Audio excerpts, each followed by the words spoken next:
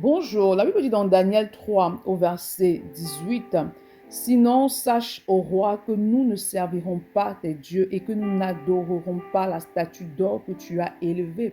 Donc ici on a Shadrach, Meshach et Abednego qui disent au roi que même si le Dieu que nous servons en fait ne nous délivre pas, nous n'allons pas nous prosterner devant justement ton idole. Quelle est ton attitude face à une réponse négative de Dieu lorsque Dieu te dit non? Lorsque Dieu te répond non ou lorsque Dieu ne te répond pas, en fait, face à une situation, il est important que tu ne serves pas Dieu par rapport à ce que tu obtiens de lui, mais que tu serves Dieu par amour.